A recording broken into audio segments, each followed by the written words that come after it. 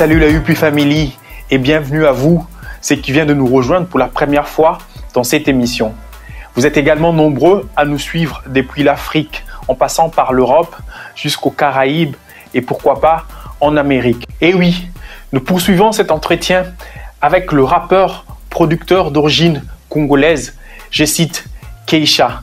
Je rappelle que notre invité n'est plus un artiste à présenter car il est connu déjà sur la scène internationale. Et la raison pour laquelle il est invité et que nous discutons avec lui, c'est tout simplement parce qu'il est premièrement congolais de la RDC, puis il est l'une des figures importantes de la scène du hip-hop française. Donc ensemble, nous allons échanger sur les débuts du hip-hop à Kinshasa comme à Paris, mais bien évidemment dès sa carrière. À la présentation, c'est bien moi, Tito Biteketa. On se retrouve juste après ceci. On prend la Golf. Donc il y a moi, mon cousin Ladissa, ma sœur Ekomba et je ne sais plus qui vient avec nous. Et puis on prend la route. Paf, on arrive à Düsseldorf dans une boîte qui s'appelait, j'ai plus le nom. C'était pas Studio 54, ça c'était quelque part en Hollande. Je me rappelle plus le nom de la boîte, mais on arrive pour la session de freestyle et pareil, on prend le micro, on déchire tout. Tous les Américains viennent nous voir. Et nous, on les regarde, on fait non, nous, on est français. Oh, mais même les Américains disent non, vous êtes trop forts. Il y a encore un gars qui vient nous voir qui dit Yo, I have a club, Studio 54, c'est en Hollande. Est-ce que vous pouvez pas venir demain? On dit pas de problème. Donc, en fait, c'est la tournée. On redescend à Bruxelles. Le lendemain, on remonte en Hollande, Studio 54. Pareil, on déchire tout. Et ensuite, c'est la fin des vacances. Et donc, c'est à l'époque, il y avait les mini-foot. Donc, c'est là on commence vraiment à découvrir la communauté des rappeurs et chanteurs congolais, mais de Bruxelles, où c'était beaucoup plus ouvert. Et puis, comme beaucoup, il n'y avait pas cette histoire de classe. Parce qu'en France, c'est beaucoup plus la lutte des classes, alors qu'en Belgique, c'était moins... la plupart des enfants de la diaspora, la plupart aussi venaient... de différents milieux, mais en vérité, tout le monde se retrouvait dans la musique, en fait. C'était beaucoup plus ouvert en Belgique. Donc, on a découvert les Double G, il y avait qui encore? Enfin, tous les gens de cette époque, quoi. DJ Cosmic, DJ Sec, etc. Donc, en Belgique, on a pris le courage, en fait. On a pris le courage et le plaisir de chanter devant des gens. Donc, en 92, fin 92, quand on est retourné à Paris, on est parti s'inscrire au concours de DJ Cut Killer à Place Clichy dans la soirée, les après-midi à Place Clichy où il y avait des concours de rap tous les dimanches. Donc, le premier dimanche où on est arrivé, on leur a dit, vous allez voir.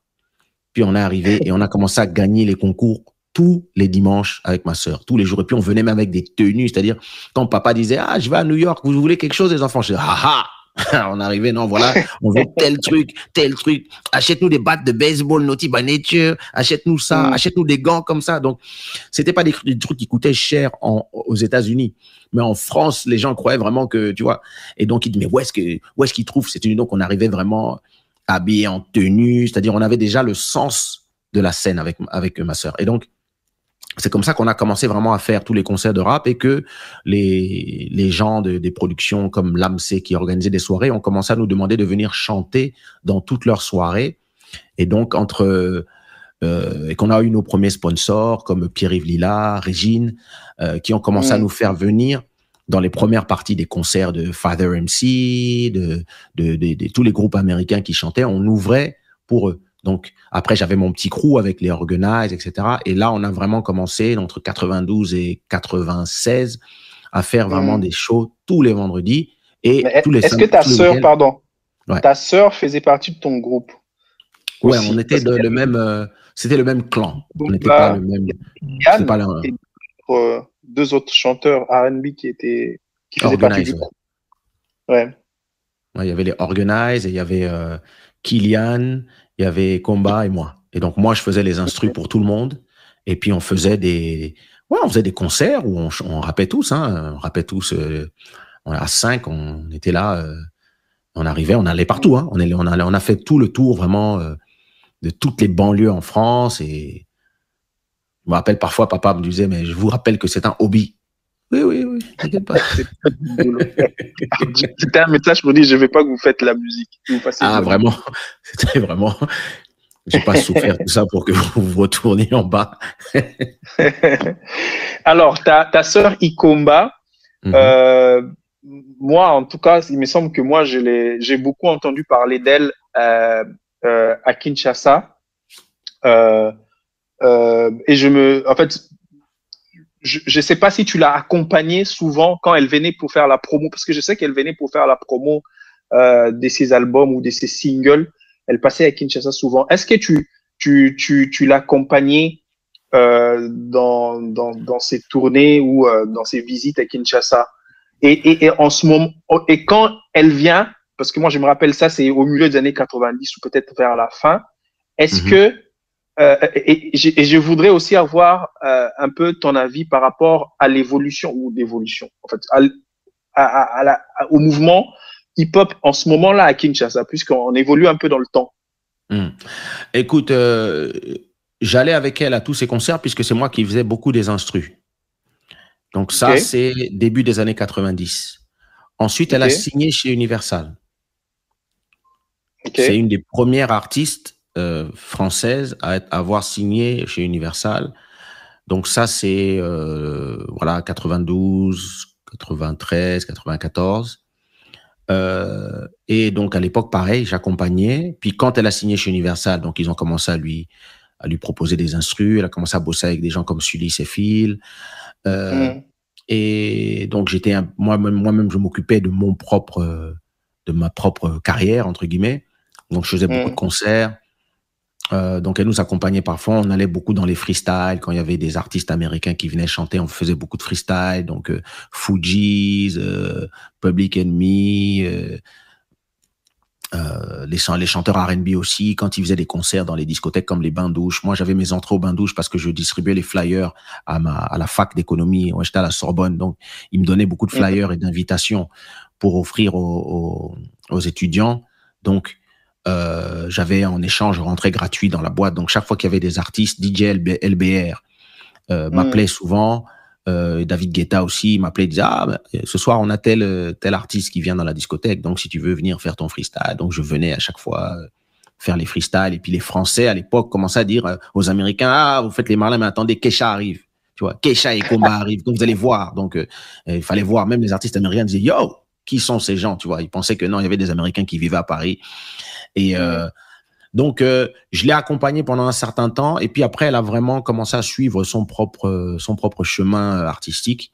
Et moi aussi, j'ai commencé à suivre le mien, surtout que en 95, quand j'ai rencontré Jean-Michel Rotin, que Hmm. j'ai fait des sons avec lui, mon son, on a commencé à plus rentrer dans le zouk. Donc, quand elle allait faire ses promos à Keene, ça dépend quand, puisque généralement, elle venait pas à Keene pour faire de la promo, c'est qu'on venait en vacances voir la famille et elle Hmm. en profitait pour faire des concerts, des trucs à Keene. On venait toujours tous ensemble. Donc, je pense que j'étais là à chaque fois, sauf qu'à un moment, ben, on a commencé chacun à suivre notre chemin. Et quand Donc, à un vous êtes moment, à Kin avec ouais. elle, Mhm. enfin, quel est le mood du mouvement hip-hop à Kinshasa entre tout ce temps? Quels sont Euh, les gens qui cartonnent? Quels sont les gens que vous rencontrez dans les milieux, en fait, artistiques, dans les concerts ou dans les médias? Écoute, comme ça, je peux pas te donner de nom parce que j'ai vraiment pas le souvenir des gens qu'on rencontrait, mais je sais qu'on organisait de temps en temps nos propres concerts. Donc, puisque maman avait une discothèque qui s'appelait Essika Hmm, à Forescom, donc généralement on organisait nos trucs là et c'est là qu'on rencontrait des gens. Mais en même temps, de nouveau, hein, on n'était pas vraiment mélangés puisque hmm, protection oblige et politique oblige. Dès que hmm. on sortait d'une discothèque, un truc, c'était pour rentrer à la maison. On était très très protégés. Donc on n'avait pas comme ça. Et puis moi, de toute façon, j'étais pas quelqu'un qui me mélangeait comme ça j'allais pas faire des séances de studio comme je ferais aujourd'hui, en fait. À l'époque, j'étais vraiment, je faisais ma musique, je voulais faire mes concerts. Dès que j'avais fini, je rentrais à la maison, quoi. J'étais pas quelqu'un qui aimait sortir beaucoup non plus. J'étais très, très, très ordinateur déjà à l'époque. Donc, dès que je rentrais, je voulais aller faire mes instrus, j'étais très, très renfermé sur moi-même quand même à l'époque. Donc, et Combat était beaucoup plus, c'est elle qui rencontrait les gens, qui me disait, Elle était j'ai rencontré telle personne. comme extravertie. Ouais, elle était très extravertie, elle aimait rencontrer les gens. Ah, j'ai rencontré quelqu'un qui s'appelle Tony Sad. Ah, ok. Ouais, non, il faut qu'on travaille. Ouais, ok. Tu vois, moi, j'étais vraiment le gars, ok, je prépare les sons. Moi, j'étais vraiment, tu sais, je voulais vraiment être, même à Paris, hein, au début, avant que je commence à rapper moi-même, chaque fois qu'on allait quelque part, les gens lui disaient, mais ton frère ne parle jamais. Et je disais, non, moi, c'est mes instrus qui parlent, moi, je parle pas. J'étais timide, tout simplement. J'étais très timide, je voulais pas, j'avais peur de parler aux gens, en fait. Ouais. D'ailleurs, tu as fait beaucoup de prod pour des artistes en France, que ce soit dans les Caraïbes, mais aussi en dehors même dans le hip-hop, hein. De l'Hexagone. Si, j'ai produit beaucoup d'instrus pour des rappeurs, beaucoup de démos à l'époque, quand le rap français a commencé. J'ai fait beaucoup de démos pour beaucoup d'artistes, certains qui n'ont pas percé, d'autres qui ont percé. J'ai eu un disque d'or d'ailleurs avec Passy. J'ai produit dans son deuxième ou troisième album, je suis pas sûr, mais je sais que j'ai eu un disque d'or pour ça. J'ai produit pour Bambi Cruz, qui était produit par MC Solar. J'ai même posé avec Kerry James et MC Solar et Combat. On a posé sur un son qui finalement est sorti, mais sans nos voix. Mais l'original, on a chanté dedans. Ça faisait « Je ne veux pas faire la guerre pour un morceau de terre ». Un truc comme ça. C'est dans le premier album ou le deuxième album de Solar. Je rappelle qu'on avait posé là-dessus. J'étais tout le temps en studio, hein, donc je faisais m'écouter mes instruments tout le temps à des gens. Donc j'ai connu vraiment des artistes comme Booba avant même qu'ils commencent à rapper. La Clica, tout ça, on était là, on faisait les concerts avec tous ces. Vraiment, on a fait partie de la naissance du rap français, sauf qu'on était ceux qui chantaient en anglais, quoi. Et j'ai aussi produit pour Ahmed Day, et dans le R&B, j'ai produit des groupes comme ADM, j'ai lancé des artistes comme Lincha. Puis après, c'est là que petit à petit, j'ai commencé à me plus rentrer dans le milieu du zouk, un peu par accident. Ok, comment ça, par accident? Écoute, c'est une pote qui m'a dit j'aimerais te présenter mon mec. Il s'appelle Jean-Michel Rotin. Il chante du zouk. Et j'ai dit tu veux me présenter pourquoi? Enfin, moi, je fais pas de zouk, c'est pas mon truc. Non, mais il aimerait travailler avec toi. Je dis travaille avec moi. Il dit non, mais est-ce qu'il peut venir à ton concert vendredi? J'ai dit ok, il n'a qu'à venir au concert. Donc, on fait notre concert. Comme tous les vendredis, on avait nos concerts. Il vient au concert, il me dit est-ce que tu veux venir chez moi? Donc, je vais chez lui et il me fait écouter donc son zouk qui mélange un peu le zouk et le R&B. Et là, je suis un peu choqué, quoi. Waouh, incroyable. Musicalement, c'est waouh. J'étais vraiment bluffé musicalement. Et donc, il me dit voilà, sur ce son-là, j'aimerais bien que tu poses un couplet de 12 mesures et sur celui-là, 8 mesures. Donc, pour moi, qui était un grand freestyler, c'était vraiment de rap, ouais. Il voulait que je rappe sur des morceaux de zouk. Et j'ai dit, super, vas-y, on y va. Et donc, je suis allé au studio le soir même, parce que le lendemain, je partais à New York. Et donc, j'ai posé sur les 2 titres. Et je suis parti à New York pendant 3 mois pour bosser comme graphiste pour 2 magazines. À la base, je n'étais pas parti pour ça, mais j'étais parti 3 mois, histoire de changer de pays, changer d'air. Et je me suis retrouvé à bosser donc Vibe Magazine et à Street Sound Magazine, où j'aidais à faire tout ce qui était graphique, site internet, puisqu'à l'époque, j'avais vraiment déjà des des compétences dans le HTML, dans le graphisme aussi, Photoshop, etc. Illustrator, c'est des choses que j'avais appris à l'école. Donc, ils m'ont engagé parce que je les avais donné des coups de main depuis déjà. J'étais un des rares à avoir Internet en 96. Donc, quand je suis arrivé là-bas, j'ai commencé à travailler pour eux et en échange, ils me laissaient faire des démos. Ils me présentaient des Jay-Z, des Foxy Brown, des Lords of the Underground, tous ces groupes-là. Ils me les présentaient puisqu'ils venaient faire les interviews, etc. Et donc, à chaque fois, ils me présentaient des artistes et ils me laissaient aussi utiliser leur studio ou le studio qui s'appelait Daddy's House où Puff Daddy enregistrait aussi ses artistes. C'est là aussi qu'on me laissait faire des démos. Donc, bon, c'était un échange, c'était un bon échange pour moi. Et ça m'a permis aussi de vraiment, tu sais, comme les Français ont une espèce de complexe par rapport aux Américains. À chaque fois que tu rappais en anglais, ils te disaient, ouais, mais les Américains sont meilleurs que toi, tu vois. Donc, ça m'a permis aussi d'aller faire des vrais freestyles avec des vrais rappeurs américains et de voir que eux aussi disaient, yo, wow, tu vois. Et donc, ça m'a aussi donné confiance en moi ces 3 mois. Et quand je suis revenu de mes 3 mois à New York, le jour où je suis rentré, Jean-Michel m'appelle pour enregistrer un projet en 96 qui s'appelait Extase. Et donc, on fait un son et le soir, il me dit, écoute, qu'est-ce que tu fais? Nous, on a un concert ce soir.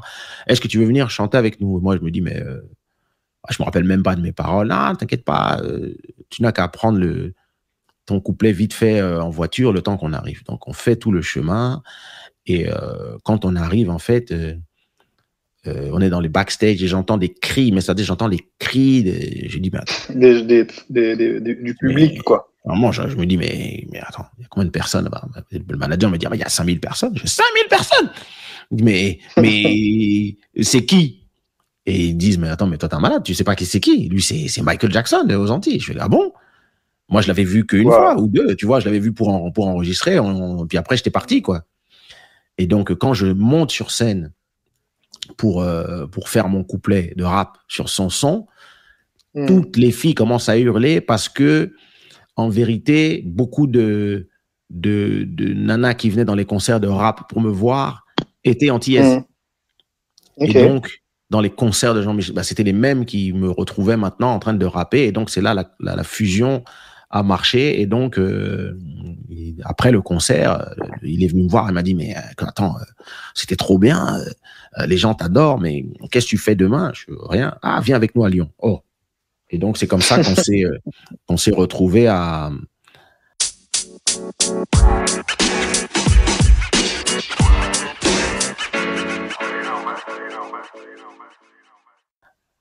Ah, ma mère vient de m'envoyer le message.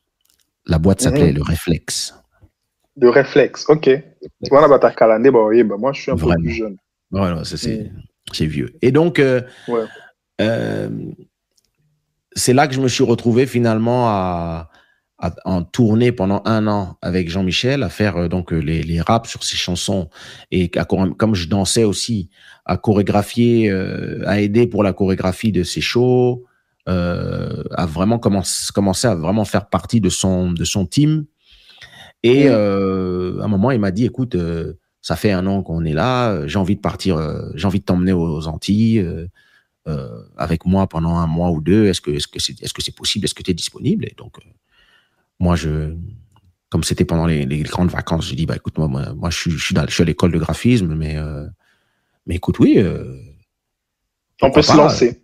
On peut y aller. Donc, je me suis retrouvé aux Antilles. Et là, vraiment, immersion dans de la zoukerie. Donc, tu vas, à chaque fois que tu sors avec des filles, elles écoutent du zouk. Donc, petit à petit, tu commences tu y connaissais quelque chose dans le zouk ou le compas avant ou c'était des trucs que j'entendais en discothèque. Non, pour moi, c'était la musique pour serrer les go en discothèque. C'était pas une musique que je connaissais pas. Je prenais pas ça au sérieux. C'était pas du tout c'était pas ma tasse de thé spécialement. C'était pas quelque chose que j'écoutais à la maison. Moi, à la maison, j'écoutais que du rap et du R&B. Et de la house. Et arrivé aux Antilles, donc, à un moment, quand j'ai commencé à faire moi, je suis un peu comme une éponge. Donc, quand j'écoute quelque chose, dès que je rallume mes machines pour faire du son, tout ce que j'ai écouté ressort.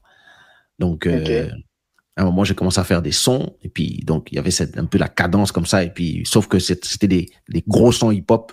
Et je disais, regarde, je faisais écouter Jean-Michel. Regarde, écoute ça.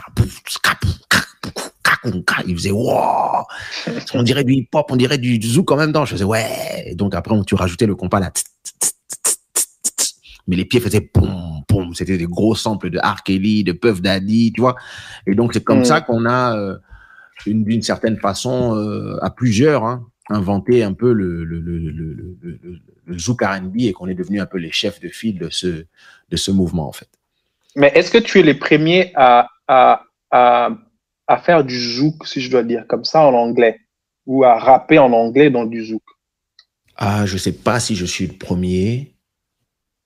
Je suis un des premiers, mais je peux pas te dire si je suis le premier. Je sais pas. Je sais pas. Non, mais on comprend. Je suis pas le premier à rapper sur du zouk. Je pense pas être le premier, puisque j'écoutais des artistes comme Zouklou qui ils avaient des chansons où ils mélangeaient un peu le R&B. Mais on va dire en 96, il y a tout un groupement, Nichols, Ali Angel, Jean-Michel Rotin, Zouklouk, même les Thierry Cam à l'époque. Il y a déjà ce désir de mélanger la culture urbaine avec la culture enfin la culture caribéenne. La seule différence, c'est que moi, j'ai déjà vécu dans plusieurs villes, en fait. J'ai vécu à Kinshasa, j'ai vécu à Abidjan, j'ai vécu à Bruxelles, j'ai vécu à Paris, j'ai vécu à New York déjà. Donc, j'ai, d'une certaine façon, une culture très, très riche, en fait. Donc, quand en Asie, voilà, oui. Donc, quand je m'y mets, j'ai aucun problème à mélanger et j'ai pas peur de mélanger. Et je crois que c'est ça qui a fait la différence. C'est que les autres, il y a plein de trucs qu'ils n'osaient pas faire. Alors que moi, je disais toujours, je m'en fous. Si les gens, ils aiment, ils aiment. S'ils n'aiment pas, ils n'aiment pas. On rappelle aux auditeurs que nous sommes sur UPA, qui est une émission qui a pour objectif de reconstituer l'histoire de la culture urbaine en RDC. Mais aussi tous les acteurs, on reçoit, allais-je dire, tous les acteurs faisant partie de toute en fait la composante de ce mouvement, que ce soit des producteurs, des chanteurs, des rappeurs, des mécènes. En tout cas, on reçoit tout le monde pour essayer en fait de discuter, d'échanger sur l'histoire de cette culture à Kinshasa ou en République démocratique du Congo d'une manière générale. Je rappelle qu'on est avec Keisha, qui est un artiste multi-récompensé, si je dois le souligner. Il a reçu 3 fois le prix Cora, celui du meilleur artiste africain. Il me semble qu'aussi, Keisha, que tu as également été nominé au MTV Europe Music Award dans la catégorie des meilleurs artistes africains. Tu peux me confirmer ou pas? Oui, j'ai été nominé au MTV Awards en 2005 et c'est Two Face Ibidia qui a gagné. Mais j'ai représenté fièrement le pays pour la première fois qu'il y a eu des awards MTV où on représentait l'Afrique. Donc quand même, j'ai fait ça. C'est pas rien. C'est pas rien. Merci. Et puis les Cora aussi, hein. Ouais, le Cora 3 fois quand même. À part notre Quadra Cora national Kofi, moi j'ai 3. Donc. Ok, vous êtes que le 2 à avoir reçu et remporté le 3. Big up à vous deux. Merci. Voilà. Keisha, en tout cas, il y a beaucoup de questions. On espère qu'on va y arriver. Tu chavires en fait dans un mélange de styles, le rap, le zouk, le compas, le R&B, tout ça, et tu fais énormément de scènes. Moi, je me rappelle d'avoir vu un de tes interviews où tu parlais en fait de ton histoire avec Jacob Desvarieux. Ils arrivent une fois à la maison un jour à Kinshasa. Papa leur rend un service et après quelques années, je pense qu'ils étaient là pour un shooting à l'époque. Et après quelques années, tu le rencontres lors d'une signature d'un contrat, je pense, ou pour comment on dit? Ouais, une signature d'un contrat pour avoir le droit de reproduire une de ses chansons. Ouais. Tu peux nous raconter un peu cette histoire? Alors, quand papa, je crois que Kassav, ils ont fait un concert quelque part en Équateur. Okay. Et donc, papa vient de Mbandaka. Et apparemment, ils ont eu un problème avec l'organisation. Donc, ça doit être dans les années 80. 80, Okay. donc c'est vraiment papa au top. Et donc, ils sont en galère, coincés quelque part là en Équateur. Au fin fond de l'Équateur. Ouais, bon, ils sont là coincés là-bas avec tout le groupe Kassav, avec toutes leurs machines, les instruments. Ils sont 20 personnes désespérées, en fait. Okay. Et donc, quelqu'un leur dit, non, écoutez, il y a un gars qui aime trop votre musique. Lui, il peut vous aider parce qu'il est dans le gouvernement. Donc, on va appeler Mokolo Wampombo. Donc, ils appellent papa. Papa dit, quoi, Kassav? Ah, il n'y a pas de problème. Attends, je vais gérer ça. Et donc, papa leur fait affréter un Antonov, un avion de l'armée, un avion de l'armée congolaise qui vient récupérer, donc qui atterrit au milieu de la brousse là-bas, qui atterrit, ils rentrent tous dans le truc, et donc papa arrive. À l'époque, c'était des télécelles, tu vois, donc vraiment jeune premier, beau jeune, riche, jeune, donc il arrive, allez, il les emmène à Kin, et donc c'est comme ça qu'il devient ami avec Jacob de Varieux. Et donc, quand ils sont à Kin, papa les invite à venir boire un verre à la maison. Et en même temps, je pense qu'il voulait faire des images pour le clip de Jocelyne Berroir, Siebois. Je crois que c'est Siebois. Au début, on voit les collines, puisqu'ils ont fait un clip à Kinshasa. Je crois que c'est le clip de Siebois qui est à Kinshasa. Et donc, la vue au début du clip, c'est la vue, justement, depuis notre maison à Mbinza Pigeon. OK.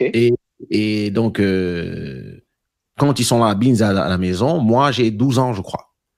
Et donc, on me dit, ah, viens, comme toujours, hein, papa, c'était toujours, quand il y avait que ce soit un chef d'État ou un artiste qui venait à la maison, c'était toujours, coucou, viens dire bonjour au tonton. Donc, c'est là qu'on me présente tonton Jacob, tantine Jocelyne, et puis le reste du groupe. Donc, moi, j'ai un vague souvenir de cette scène-là.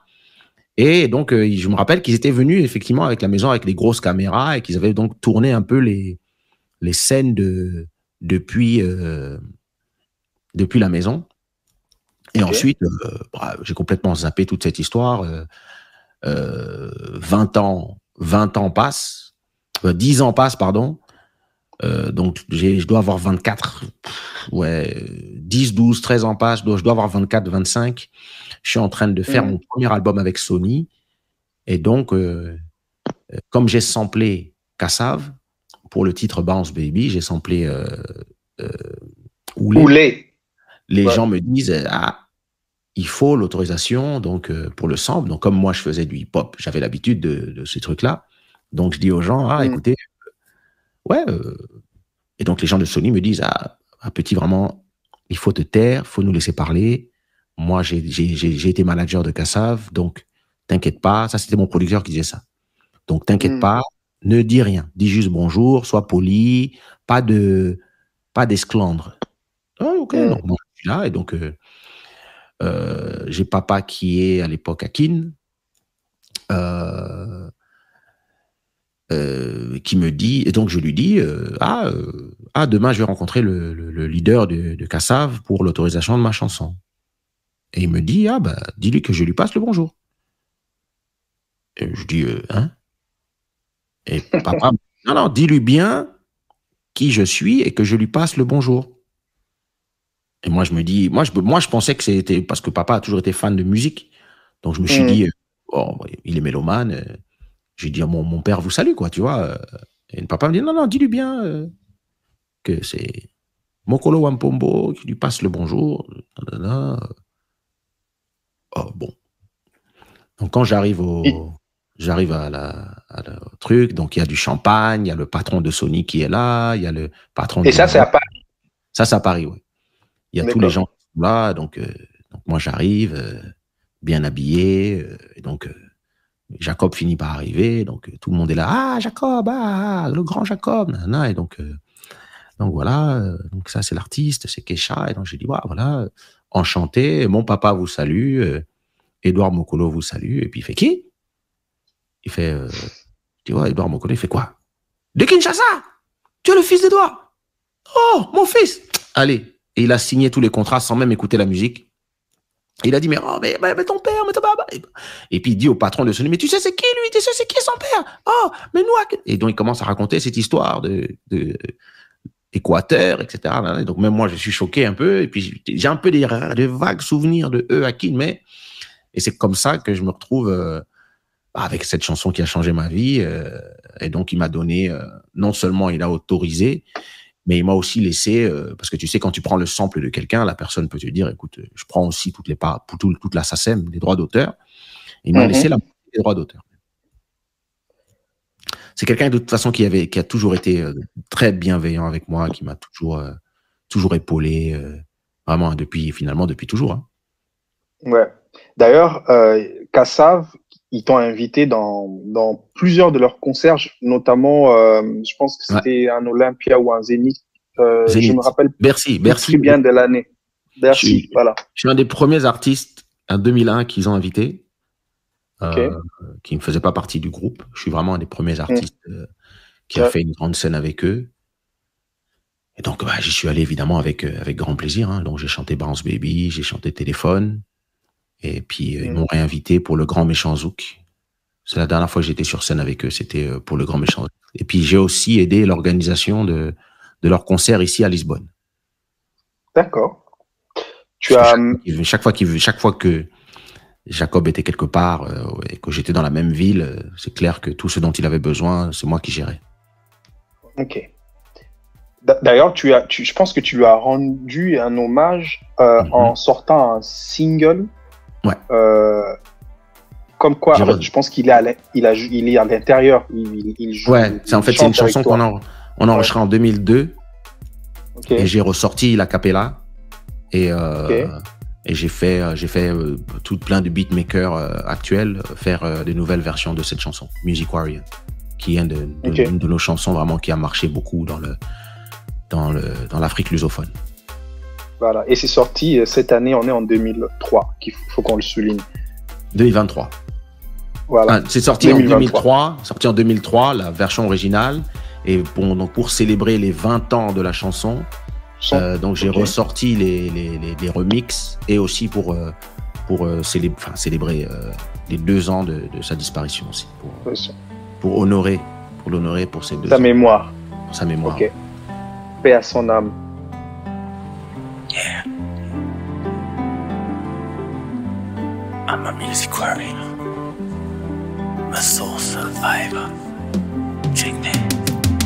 You know the man I come, we may walk. Same brother, same shoes, same me walk. I can travel the world with my knapsack on the back. You know my music, send me walk. Empty let you know in the city. You will show us pic you never saw. Haiti or Santo Domingo, Kinshasa to Bombay. It's the same thing in your ear when you wanna party. Give me up. I like that, come again. I go for life in my school bus learning from till I take the bus. Si c'est y'a qu'on parler, y'a qu'on danser. Si c'est pas faire qu'on si ou j'ai voyagé. Ou des partis ouverts d'autres pays. À présent qu'on aide la vie. You're looking at a music warrior.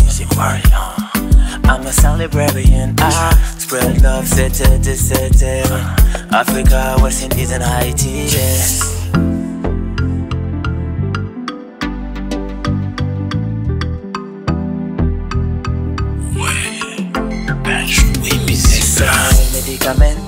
Musicamente, to your spot we sound so caliente. Solamente sonido para la gente. You en movimiento. My system say, me whoa. My sound selection say, me whoa. Come again with style from all around. De janvier à janvier, c'est me whoa. Pas janvier, c'est pour évoluer. De New York City jusqu'à Soweto Day. My music never dies, just illuminate. Better recognize with the cry in the eyes. You're looking at a music warrior. I'm a celebrarian. I spread love city to city. Africa, West Indies and Haiti. Looking at the music where we are. I'm a celebrarian. I spread love city to city. Africa, West Indies and Haiti. I've been traveling from China to America like a troubadour, nigga from Antarctica. Now all I wanna do is sing my song, yeah. Feel a nigga try, they can't prove me wrong, yeah. You're looking at a music warrior. I'm a celebrarian. I spread love city to city. Africa, West Indies and Haiti. Looking at a music warrior. I'm a celebrarian. I spread love city to city. Africa, West Indies and Haiti. Looking at this music carry on. I'm a celebrarian. I spread love city to city. Africa, West Indies and Haiti. Elles sont envie de voyager. Elles sont parées pour changer. Est-ce que ça te pique pour ça? Tout ça tient par là. Elles sont envie de voyager. Elles sont parées pour changer. Est-ce que ça te pique pour ça? Tout ça tient par là. Looking at the music video. I'm a celebrarian. I spread love city to city. Africa, West Indies and Haiti. You're looking at the music video. I'm a celebrarian. I spread love city to city. Africa, West Indies and Haiti. You're looking at the music video. I'm a celebrarian. I spread love city to city. Africa, West Indies and Haiti. You're looking at the music video. I'm a celebrarian. I spread love city to city. Africa, West Indies and Haiti.